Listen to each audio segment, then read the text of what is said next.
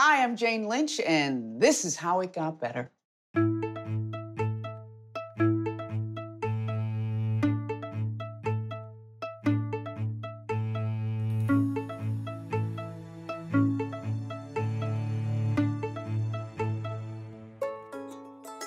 I grew up in a south suburb of Chicago called Dalton, and it was mostly prairie around us.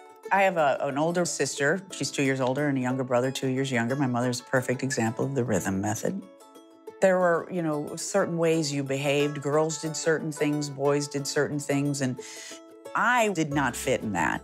I identified more with boy things. I enjoyed dressing like a boy. I spent the summers without a shirt on until I was about 10, and my mother was chasing after me going, put on a shirt. And I remember my dad said, her nipples are sprouting.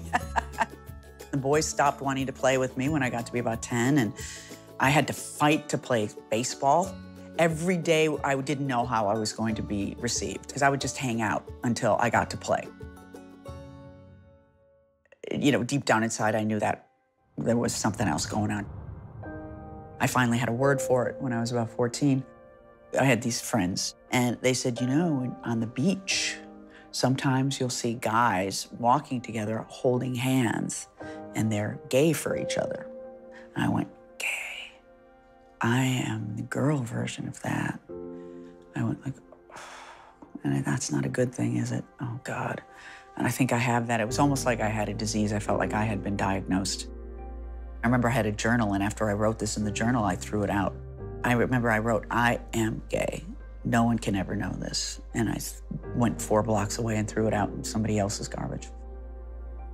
For me, to be ostracized would have been the worst thing. To be thought of as different and not accepted was fate worse than death. So I had to make some really big decisions about how I was going to go forth in life and who I was going to tell something to. And it also led to kind of a life of secrecy that I had to unravel.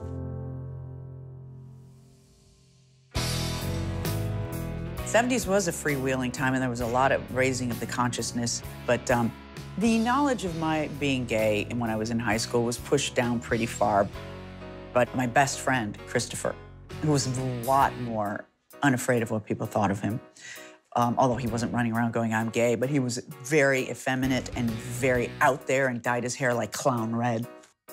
People loved him and hated him. He was fine with that.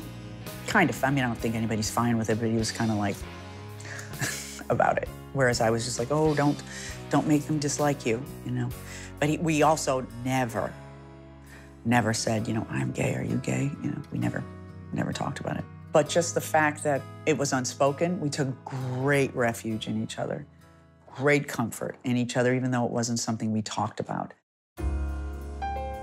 After graduate school, I went to New York, and I started hanging out in piano bars, which are just riddled with gays. So I started to become part of a gay community, and I started to be more open about it. I started to date people and started to have flings with people. Because I went to New York, I went to a place where there are a lot of gay people who are self-empowered and don't think there's anything wrong with being gay, and then you kind of catch that, it's like a good virus.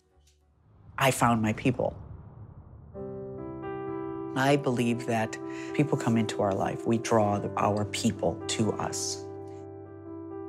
And, just always keep your eye open, your heart open for those like-minded, like-hearted others. It doesn't even have to be somebody else who's gay going through this, but just somebody who is sympathetic, and they will come your way. You're gonna find your people. And now I live in a world where I don't give a shit if you have a problem with who I am. I'm 54 years old. I live in Los Angeles. I am on television. Every day I do something creative. I'm asked to do things now. I'm invited places. And, I had that deep, dark secret that there was something wrong with me, and that if people found out that I would be shunned and kept from doing what I really wanted to do. And that just hasn't been the case. And it doesn't have to be the case for anybody. Julie, not a good time. This is a very important event. Have a little bit more time? That's good. Okay. That persistence that kept me on the baseball field even when the boys weren't letting me play, that served me. That served me in my career. My desire to play is much stronger than my fear of rejection.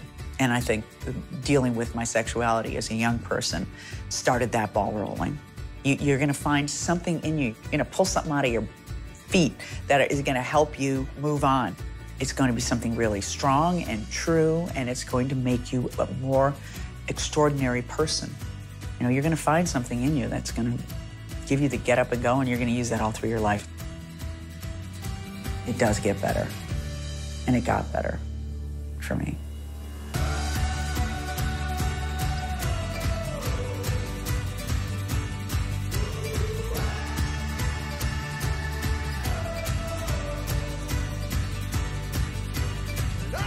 I'm voicing an animated film that was originally recorded, I think, in Chinese, and I'm playing the president's wife, and it is my son who goes off on this adventure. He's cool. Yeah. Just run. Just run. You're amazing. And they have to keep telling me how amazing I am just to keep me going or I'd leave. My job. That's her job.